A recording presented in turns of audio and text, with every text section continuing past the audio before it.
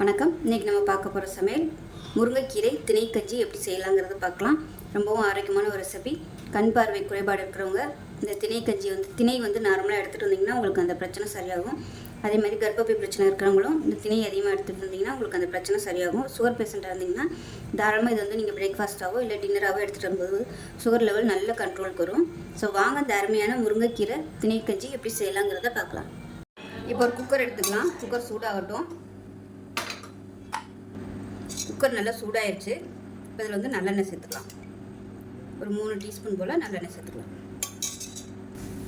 எண்ணெய் நல்லா சூடாயிடுச்சு.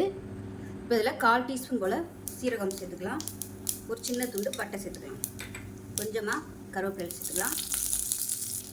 மீடியம் சைஸாக பெரிய வெங்காயம் நீளமான இருந்தாலும் சேர்த்துக்கலாம்.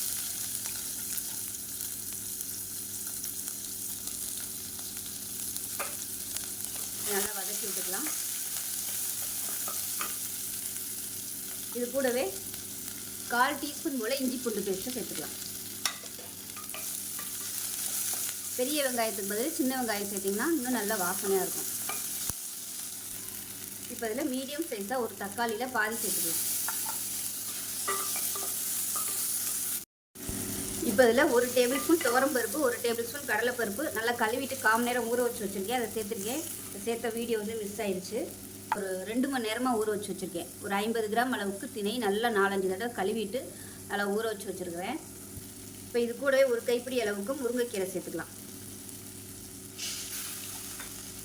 முருங்கைக்கீரை சேர்த்திங்கன்னா இன்னும் நல்லா ஹெல்த்தியாக இருக்கும். இது ஆப்ஷனல் தான். வேறு எந்த கீரை கிடைக்கிறதுனாலும் கிடைச்சிச்சுனாலும் நீங்கள் இதை சேர்த்துக்கலாம். இந்த கீரை தான் சேர்க்கணும்னு அவசியம் இல்லை. ஒரு 2 நிமிஷம் அதை வதக்கி விட்டுக்கலாம். இப்போ இது கூடவே ஊற வச்ச திணையும் நம்ம சேர்த்துக்கலாம். இது கூடவே தண்ணி சேர்த்துக்கலாம். ஒரு பங்குக்கு நல்லா ஒரு 5 பங்கு தண்ணி சேர்த்துக்கலாம். சேர்த்துட்டு நல்லா கலந்து விட்டுக்கலாம்.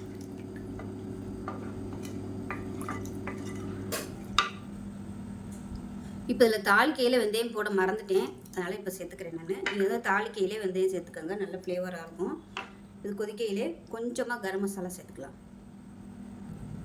காரத்துக்கு 1/4 டீஸ்பூன் போல் மிளகாத்தூள் சேர்த்துக்கலாம். இல்லைன்னா இதுக்கு பதிலாக நீங்கள் பச்சை மிளகாய் கூட சேர்த்துக்கலாம். தாளிக்கையில் பச்சை மிளகாய் தேவையான அளவு 2ஆக கீறிட்டு சேர்த்திங்கன்னா உங்களுக்கு அந்த காரம் இறங்கிடும். இப்போ இந்த கஞ்சிக்கு தேவையான உப்பு சேர்த்துக்கலாம். நான் இதில் காய்கறியெல்லாம் எதுவும் சேர்க்கல. உப்பு போட்டால் நீங்கள் கேரட்டு, பீன்ஸு, பட்டாணி எது வேணுமோ 2 சேர்த்துக்கலாம். நல்லா ஹெல்த்தியாகவும் இருக்கும்.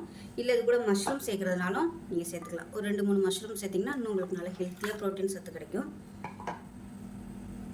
1/4 டீஸ்பூன் போல் மஞ்சள்தூள் சேர்த்துக்கலாம். இது கூடவே பொடியாக கட் பண்ணால் கொத்தமல்லியும் சேர்த்துக்கலாம். புதினா வச்சுருந்தீங்கன்னா புதினாவும் சேர்த்துக்கோங்க. நல்ல ஃப்ளேவராக இருக்கும். அவ்வளோதான். குக்கரை மூடி வச்சிடலாம். குக்கரை மூடிட்டு நல்லா ஒரு 6 விசில் விட்டுட்டு ஸ்டீம் போனதுக்கப்புறம் பார்க்கலாம். இப்போ கஞ்சி எப்படி இருக்குன்னு பார்க்கலாம். ஸ்டீம்லாம் போயிடுச்சு.